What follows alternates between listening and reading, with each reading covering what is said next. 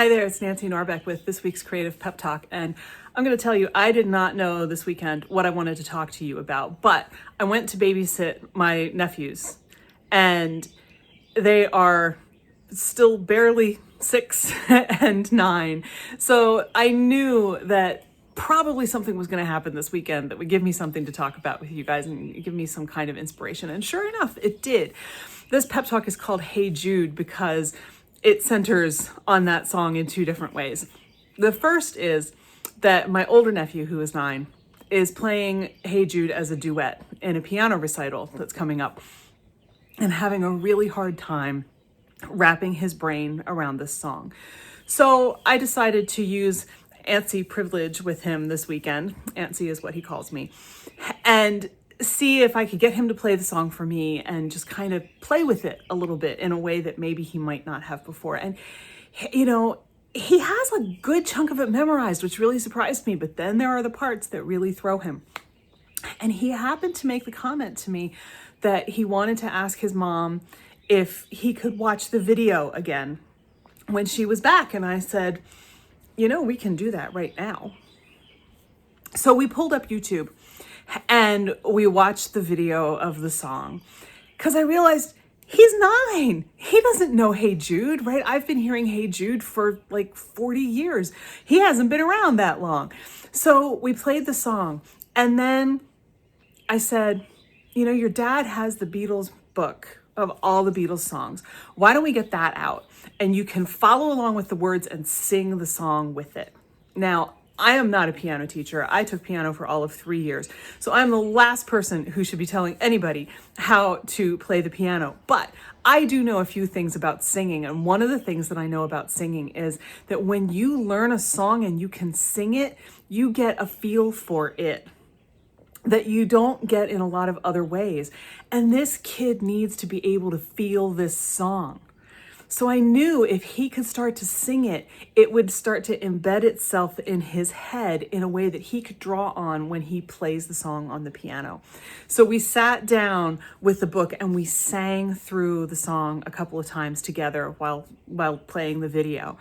And then we went back and we played with it a little bit more. And I also noticed, and again, like I said, I haven't taken piano for a really long time, but I noticed that he was having trouble getting to all the notes in the right rhythm because his hands aren't big enough to get there in time with the fingering that he was using. And I said, you know, I'm not your teacher, and your teacher may tell you that what I'm going to tell you is wrong, in which case you should listen to her. But why don't you try changing your fingering this way and see if it works better? And don't you know he got the rhythm right the first time? So, you know, when you're struggling with something, there are a couple of things to think about from this. One is there a different way that you could do it? Is there a different fingering you could use, a different angle you could look at, a different perspective? You maybe switch the character that you're writing from, turn your painting upside down and see what you discover just looking at it in that kind of a different way. What would you get looking at it from somebody who knows a different art form than you do, who might see something that you might not? And also, if you don't know where you're going, you might have trouble getting there. Now, I say this as somebody who writes by the seat of her pants, so I never know where I'm going. But what I do have is a feel for what feels right and what doesn't. My nephew needed a feel for this song. If you're stuck, you might need a feel for what you're doing in a way that you don't have yet, even if you know you're not going to have the whole thing mapped out ahead of time, and that's totally fine. Lots of us work that way. But you have a feel for what's right and what's not. And if you don't, how can you get that feel? Is there a song you can listen to? Is there a place you can visit? Is there a book you can read? Something along that line. What will help you get that feel so that it's in your bones and you can use that to drive your action forward? Now, the other part of the song that struck me was actually in the lyrics, because it turns out that there is a whole phrase that I had never actually fully made out before. And it goes like this. You know, hey Jude, you're waiting for someone to perform with, but don't you know that it's just you? Hey Jude, you'll do. I mean, the whole song is about finding your confidence, right? In a romantic situation, if you take the song literally, but you can apply it to lots of other things. But it made me really wonder, You know, I think a lot of us are waiting for someone to perform with. We're waiting for a confidence buddy because we don't think that we're enough to do something on our own. And, I've talked about this before, the whole idea of perfectionism and procrastination and how that fits in there and just the idea of being enough. But the thing is, if you're waiting on somebody else, you might not ever get where you need to go. It's just you. You'll do. You may find somebody to partner with eventually, but in the meantime, you're enough. You are good enough to start whatever it is that you're doing or keep going with whatever it is that you're afraid isn't working. You just need to realize that it's you. You have it in you in a way that doesn't put pressure on you, right? You don't want to say, "Oh, it's just you. It's down to me. I can't, nobody else can do this." If you do that in the wrong way, you'll stop yourself because you won't be able to move past the pressure.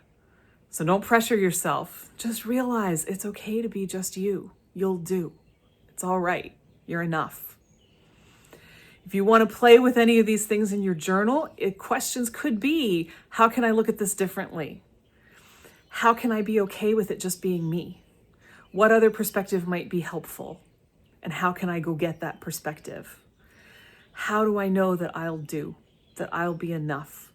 Make a list of ways. If you stop and listen for responses, I'm pretty sure you'll come up with them. You can approach journaling with this with lots of other angles too, but those are enough to get you started. Either way, I hope that you'll take this as a sign to look for other perspectives, look from other art forms, look from other literal angles, look in as many different ways at what you're doing for inspiration as you can, and to recognize that it's just you. And hey, Jude, you'll do.